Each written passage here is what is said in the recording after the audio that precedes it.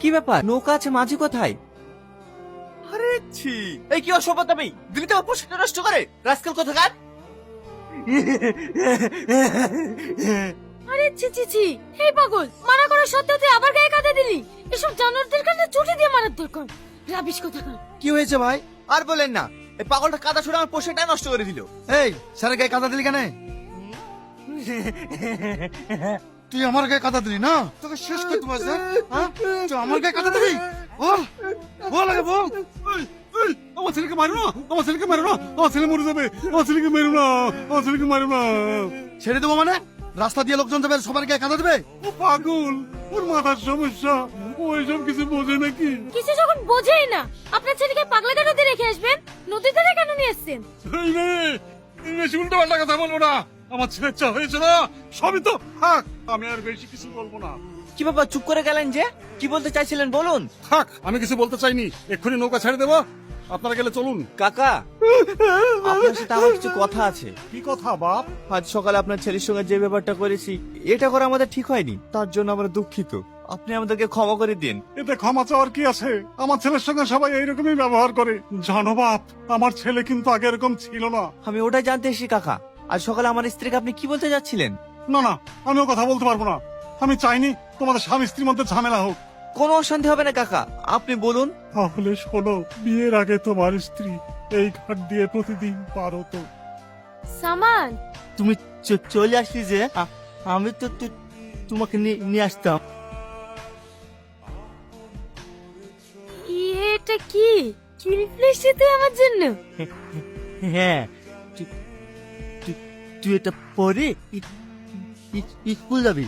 ঠিক আছে, দালে আমার জন্য কি আছে? আলু ভাজা দিয়ে রুটি আছে, তুই খাস? আমি খাবো না। তুই স্কুলে কি খাবি? আমি স্কুলে গিয়ে কিছু কিনে খেয়ে নেবো, তুই লে তো। আব্বা, আমি সালমা কি স্কুলে তুই আসি কি? ঠিক আছে, যা, তাড়াতাড়ি আসিস। সালমা, চারিদিকে কি সাবধান, কি সুন্দর লাগছে রে। তুই যদি দেখতি তাহলে কি মজা হইতো রে। জানিস, আমার এসব দেখার কোনো ইচ্ছা নেই। আমার ইচ্ছা করে তোর এই মুখটা দেখতে। তুই কত ভালো, আমার প্রতি তুই কত খেয়াল রাখিস। জানিস সালমা, সামনে মাসে বেঙ্গল থেকে ডাক্তার আসবে, তোকে তোকে নিয়ে যাবো চোখ দেখাতে। তুই নিয়ে গিয়ে কি করবি বল? আমার এই চোখ ঠিক করতে অনেক টাকা লাগবে। টাকা লাগবে তো কি হয়েছে? দরকার মতো নৌকাটা বেচে দেবো, তাও আমি তোর চোখ ভালো করবো। ও সব বাদ দে রে, আমার এসব নিয়ে কথা বলতে ভালো লাগে না। আমি চাই বাকি জীবনটা তোর চোখ দিয়ে দেখে আমি পুরো পৃথিবীটা উপভোগ করব। তুই এইভাবে আমাকে আর কতদিন সাহায্য করবি বল? সারা জীবন তোকে আমি এইভাবে আগলে রাখবো। আমি জানি তুই সারা জীবন আমার পাশে থাকবি। থাকবো তো। তোর আমার স্কুলে দেরি হয়ে যাচ্ছে। সালমা, কে? সালমা বাড়িতে নেই, আপনাদের তো ঠিক চিনতে পারলাম না। আপনি আমাকে চিনতে পারবেন না, আমি কলকাতা থেকে এসেছি। কলকাতা থেকে? সে তো অনেক দূর। আসেন আসেন, বসেন স্যার। না না স্যার বলবেন না, আমি আপনার ছেলের মতো। ঠিক আছে বাপ, বসো। আমাকে চেনেন তো? আপনার মেয়ে যে স্কুলে পড়ে, ওই স্কুলে হেডমাস্টার আমি। ও, আপনাকে তো আমি দেখিনি, বুড়ি চিনতে পারবে। ঠিক আছে, আসলে আপনাকে একটা কথা বলতাম, কিভাবে যে বলবো বুঝতে পারছি না। না না, আপনি বলেন, কেন কিছু হয়েছে নাকি? আসলে আমাদের এসআই সাহেব আপনার মেয়েকে খুব পছন্দ করেছে। আপনাদের আপত্তি না থাকলে উনি বিয়ে করতে চান। না না, আপত্তি থাকবে কেনে? কিন্তু আমার মেয়ের চোখে দেখতে পাই না, উনি কি তা জানেন? হ্যাঁ হ্যাঁ, সব জেনেই উনি বিয়ে করতে চান। আমাদের স্যারের নিজেরই একটা চোখের হসপিটাল আছে, উনি চান সালমার মতো একজন সরল সাদা গ্রামের মেয়েকে বিয়ে করতে। আপনি কোনো চিন্তা করবেন না মা, আমার উপর বিশ্বাস রাখুন। আমি আপনাকে কথা দিচ্ছি, আপনার মেয়ে 1 মাসের মধ্যে পৃথিবীর আলো দেখতে পাবে। ঠিক আছে বাপ, আমি সালমার সাথে কথা বলে নি, কালকে তোমাদের জানাবো। ঠিক আছে, অবশ্যই কালকে জানাবেন। সালমা যদি রাজি থাকে, স্যার পরশু সালমাকে বিয়ে করে নিয়ে কলকাতায় চলে যাবে। এখন তাহলে আমরা আসছি। একটু বসে চাটা খেয়ে গেলে হতো না? না আজ থাক, সব ঠিক হয়ে গেলে অন্য একদিন এসে খেয়ে যাব। না মা, অত বড় লেগে ছেলেকে আমি বিয়ে করবো না। আমি সামাদকে ভালোবাসি, আমি সামাদকে বিয়ে করবো। আমাদের কি আছে বল? ও সবকিছু বিক্রি করে ওকে তার চোখ ভালো করতে পারবে? যেই ছেলে তোকে বিয়ে করবো বলছে, ওর নিজের চোখে হসপিটাল আছে। এর থেকে ভালো সুযোগ কোথায় পাবে বল মা? কিন্তু মা, আমি আর কোনো কিন্তু শুনতে চাই না। আমি ওদের কথা দিয়ে দিয়েছি, আগামী পরশুদিনই তোর বিয়ে। আমি চাই তুই দুনিয়ার আলো দেখ। কিন্তু মা, সামাদ আমাকে খুব ভালোবাসি, ও অনেক কষ্ট পাবে।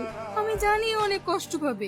ও যখন জানতে পারবে তুই চোখে দেখতে পাচ্ছি, অনেক সুখে আছি, তখন ওর থেকে খুশি আর কেউ হবে না। মা, আর আপত্তি করিস না মা, এই বিয়েতে রাজি হয়ে যা। আমি সব ব্যবস্থা করে ফেলেছি। কিরে মন খারাপ করে বসে আছিস কেন? শরীর খারাপ করছে নাকি? আব্বা, সালমার লেগে খুব কষ্ট হয়েছে। ও চোখ দেখতে চাই। ওই অসহায় মেয়েটাকে দেখে আমারও কষ্ট হয়, কিন্তু আমাদের তো টাকা নাই। অপারেশন করতে অনেক টাকা লাগবে। অত টাকা আমরা কোথায় পাবো বল? সামাদ ভাই, সালমান বিয়ে হয়েছে ওই কলকাতার বাবুর সাথে। কি? তুমি মিথ্যে কথা বলছি? আমি জানি তুমি বিশ্বাস করবে না, তুমি নিজের চোখে দেখবে তো আসো। সালমা,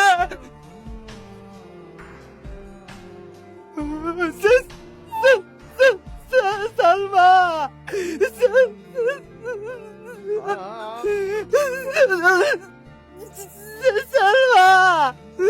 সালমা। সালমান চলে যাওয়াটা আমার ছেলে সহ্য করতে পারেনি, পাগল হয়ে গেছে। কাকু কান্না করেন না, শান্ত হন। কাকু, আপনার ছেলেকে এর আগে কোনো ডাক্তার দেখিয়েছেন? দেখিয়েছি, ডাক্তার বলেছে সুস্থ করতে অনেক টাকা লাগবে। এত টাকা আমরা কোথায় পাবো বলো? আপনার এই ছেলের দুর্দশার জন্য আমি দেই, দয়া করে কাকা আমাকে এই প্রায়শ্চিত্ত করার সুযোগটা দিন। আপনার ছেলেকে আমি কলকাতায় নিয়ে গিয়ে চিকিৎসা করাবো, যত টাকা লাগে আমি দেবো। আপনাকে কোনো চিন্তা করতে হবে না। কিন্তু বাপ, কোনো কিন্তু না কাকা, ও আমার নিজের ভাইয়ের মতো। আমি আজকে ওকে কলকাতায় নিয়ে যাবো, আপনি কোনো আপত্তি করেন না। ভয় নাই, এসো এখানে বসো।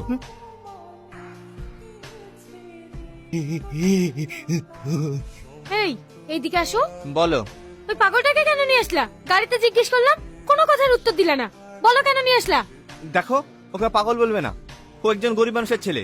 যত টাকাই লাগুক না কেন, ওকে আমি সুস্থ করে তুলবো। আমি একটা জিনিস বুঝতে পারছি নি, এরকম হাজারো গরিবের ছেলে আছে, তুমি কতজনকে সুস্থ করে তুলবে? হাজারো ছেলের কথা বাদ দাও, যেভাবেই হোক একে আমি সুস্থ করে তুলবই। একে সুস্থ করার জন্য এত জেদ করছো কেন তুমি? কেন যে জেদ করছি ঠিক সময় হলে বুঝতে পারবে। যাও, এর জন্য খাবারের ব্যবস্থা করো।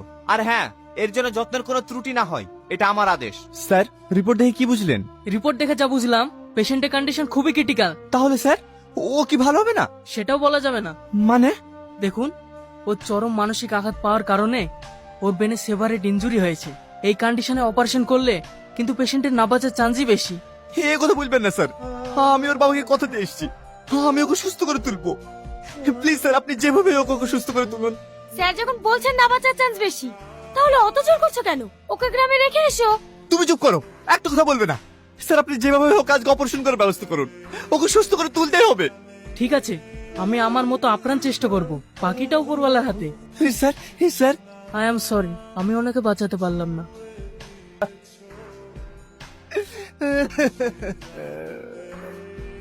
একটা পাগল মারা গেছে, ওর সাথে সাথে তুমিও পাগল হয়ে গেলে নাকি? এত কান্নার কি আছে? আপদ বিদায় হয়েছি। তুই কি মানুষ? একজন মারা গেছে আর তুই তাকে আপদ বলছিস? তুই জানিস এ কে? আজ চাকরি চলছে সব তোর জন্য। আমার জন্য মানে? হ্যাঁ, তোর জন্য। এই যে তোর সামনে যা বলটা শুয়ে আছে না, এই কে জানিস? সামাদ।